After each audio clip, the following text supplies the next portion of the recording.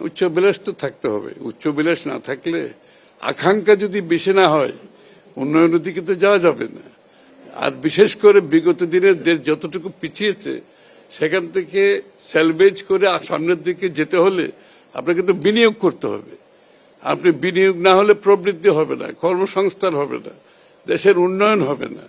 সুতরাং আমাদের সেই কনফিডেন্স আছে, আমরা সেটা বাস্তবায়ন করতে পারবো বিধায় আমরা প্রকল্প এত বড় একটা ডেভেলপমেন্ট বাজেট করেছি।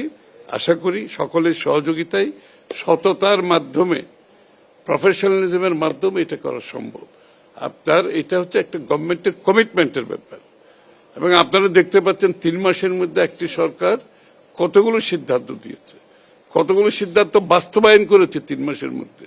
সুতরাং বুঝতেই পাচ্ছেন যে আমাদের প্রজেক্ট শুধু নেওয়া তো বড় কথা না, এটা বাস্তবায়নের পিছনে যে চিন্তা, সেটাকে মাথায় রেখে আমরা প্রজেক্টগুলো করছি।